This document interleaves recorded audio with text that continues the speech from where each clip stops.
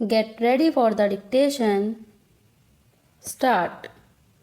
The President's address makes mention of the Code of Discipline and the happy industrial relations which are developing in the country. This code of discipline is a very good thing, but I am sorry to say that the success claimed for it has not come as yet. The employers in the country have not accepted this code of discipline in its spirit.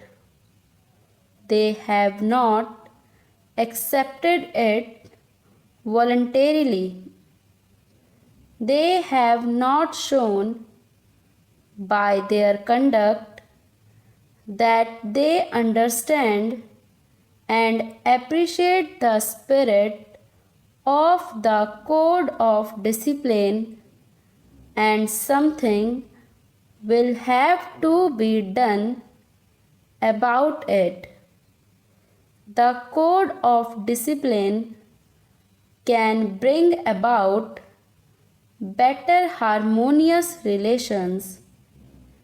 It can bring about better industrial relations, and it can create conditions in which the industrial production in the country will go up by leaps and bounds.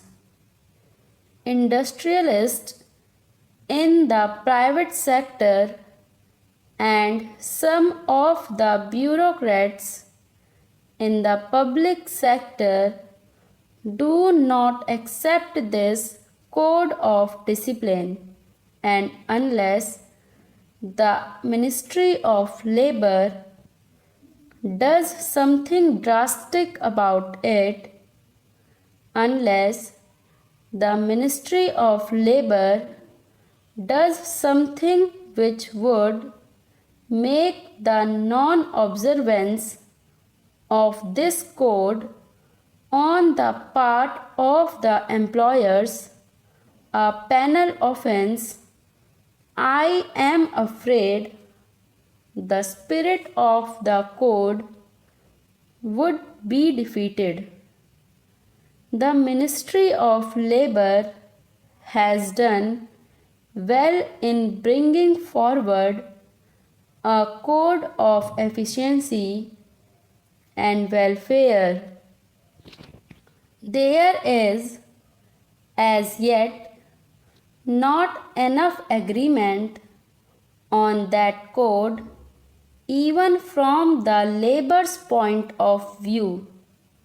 But I am sure efforts to further the acceptance of this code of efficiency and welfare will be continued, and if that is done, it will be a great help to industrial production in the country. In the matter of the bonus commission, sir, the progress made has been disappointing. It was as early as January 1961 that the Honorable Labour Minister announced the appointment of the Commission. The progress made in respect of the bonus commission during the last 14 months has been that its terms of reference have been settled and its constitution has been agreed upon. that I am afraid is very slow speed in the direction of the solution of a problem whose solution is so very important. The President has correctly mentioned the great objective of securing workers' participation in the management and the establishing of joint management councils. But the most important thing is that the gains or the profits should be shared by the toilers. A share of the produce of their toil should come back to those who toil. The acceptance of profit sharing is an old thing. It was accepted by those responsible for the industrial truce 14 years back, but we are yet to evolve a satisfactory formula. The full bench formula of the Labour Appellate Tribunal, repeatedly approved and endorsed by the orthodox judges of the Supreme Court, is no solution of the problem. It just denies the workers their due share in the profits. It was because of this peculiar situation that the need of appointment of the bonus commission was accepted by all parties. But what we now find is that it has taken them 14 months to decide the terms of reference of the commission, and I do not know when we can expect its report. The members of the bonus commission should be directed by the government to find an early solution to this important problem. Similarly, I must point out that the delay in the matter of evolving a consolidated scheme of social security for industrial workers is a dangerous thing.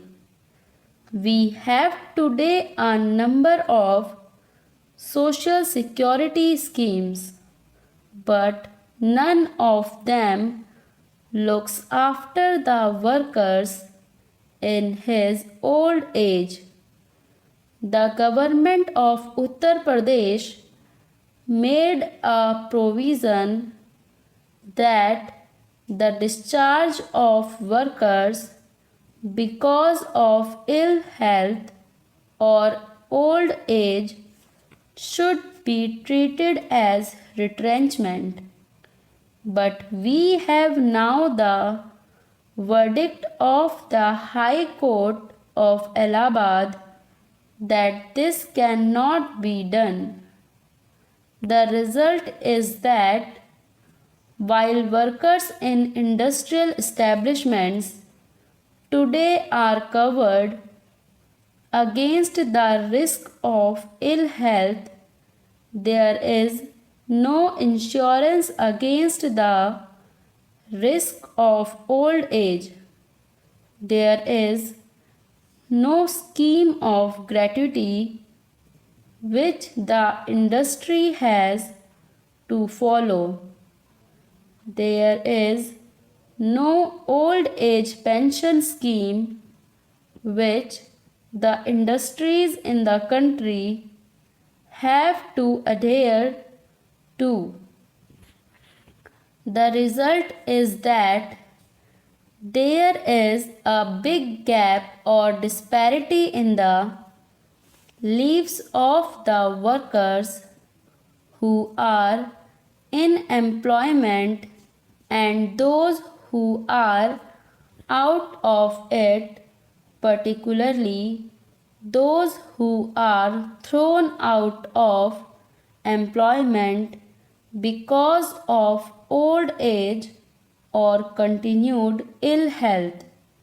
Therefore, something should be done about it as soon as possible, and there should be some sort of a scheme to see that the worker, after meritorious service to the industry, got at least the equivalent of a retrenchment relief when he retired due to old age or continued ill health.